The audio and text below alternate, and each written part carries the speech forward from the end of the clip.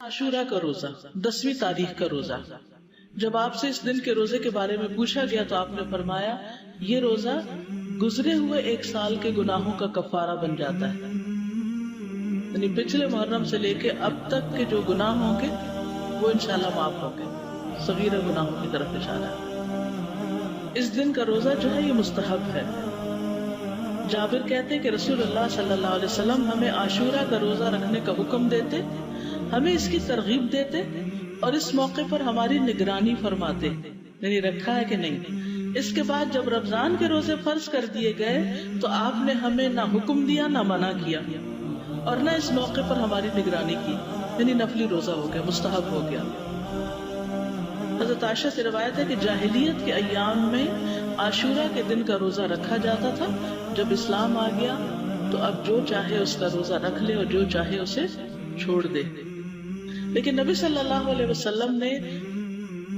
2 دن کے روزے کا ارادہ کیا، یعنی 9 اور 10 کا۔ عبداللہ بن عباس کہتے ہیں جب رسول اللہ صلی اللہ علیہ وسلم نے یوم عاشورہ کا روزہ رکھا اور اس کا روزہ رکھنے کا حکم دیا تو صحابہ نے عرض کی اللہ کے رسول یہی دن ہے جس کی یہود و نصارہ تعظیم کرتے ہیں۔ اس پر رسول اللہ صلی اللہ علیہ وسلم نے فرمایا جب آئندہ سال ہوگا تو اگر اللہ نے چاہا تو ہم 9ویں دن روزہ رکھیں گے۔ کہا اس کے بعد آئندہ سال نہیں آیا کہ رسول اللہ صلی اللہ علیہ وسلم وفات پا گئے۔ ٹھیک ہے، تو افضل کیا ہے 2 دن کا رکھ لیا جائے، 9 اور 10 کا۔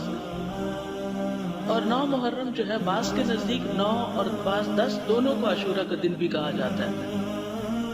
پہلا عشرہ ہے نا اس میں، جی نہیں 11 والی روایت ضعیف ہے، یعنی بعض کہتے ہیں 10 اور 11 بھی رکھ سکتے ہیں، لیکن یہ کہ 11 تاریخ کے روزے کی روایت ضعیف ہے، اصل میں 9 اور 10 ہی ہے۔ ابن القیم کہتے ہیں کہ ابن عباس کا یہ کہنا تم محرم کا چاند دیکھو تو گنتے رہو اور 9ویں تاریخ کے دن کی صبح روزے کی حالت میں کرو، تو اس سے مراد یہ نہیں کہ عاشورہ 9ویں تاریخ کو کہتے ہیں، بلکہ ان کی مراد یہ ہے کہ 10ویں سے پہلے 9ویں کا روزہ بھی رکھو، کیونکہ آپ نے فرمایا تھا کہ اگر میں زندہ رہا تو روزہ رکھوں گا، تو یہ ایک طرح سے آپ کی سنت ہو گئی، کیونکہ آپ نے اس کے بارے میں خود صحابہ کو ترغیب دلائی۔ بچے چلے اگر 2 نہیں رکھ سکتے تو 1 تو رکھوائیں۔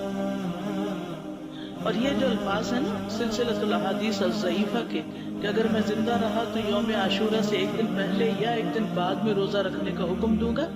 یہ روایت ان الفاظ سے منکر ہے، یعنی اس کا انکار کیا گیا ہے، اس کی سند ضعیف ہے۔ اسی طرح ابن عباس کا بھی ایک قول ہے جو نبی صلی اللہ علیہ وسلم سے وہ روایت کرتے ہیں کہ آپ نے فرمایا یہود کی مخالفت کرو اس طرح کہ 1 دن پہلے یا بعد کا روزہ رکھو، تو اس کی سند ضعیف ہے، اس لیے بعد والا نہیں۔ ابن تیمیہ رحمہ اللہ کہتے ہیں صحیح بات تو یہ ہے کہ 9 اور 10 دنوں کا روزہ رکھنا مستحب ہے، کیونکہ آپ کا آخری حکم یہی تھا کہ اگر میں اگلے سال زندہ رہا تو 9ویں کا بھی ساتھ رکھوں گا، تو زیادہ افضل کیا ہے؟ ویسے تو پورے مہینے میں روزے رکھ سکتے ہیں، آپ چاہیں تو 11ویں کا ساتھ رکھ لیں، 3 اکٹھے رکھ لیں، لیکن وہ جو ہے نا فضیلت والی بات اور مستحب ہونے والی بات وہ 9 ہی کی ہے۔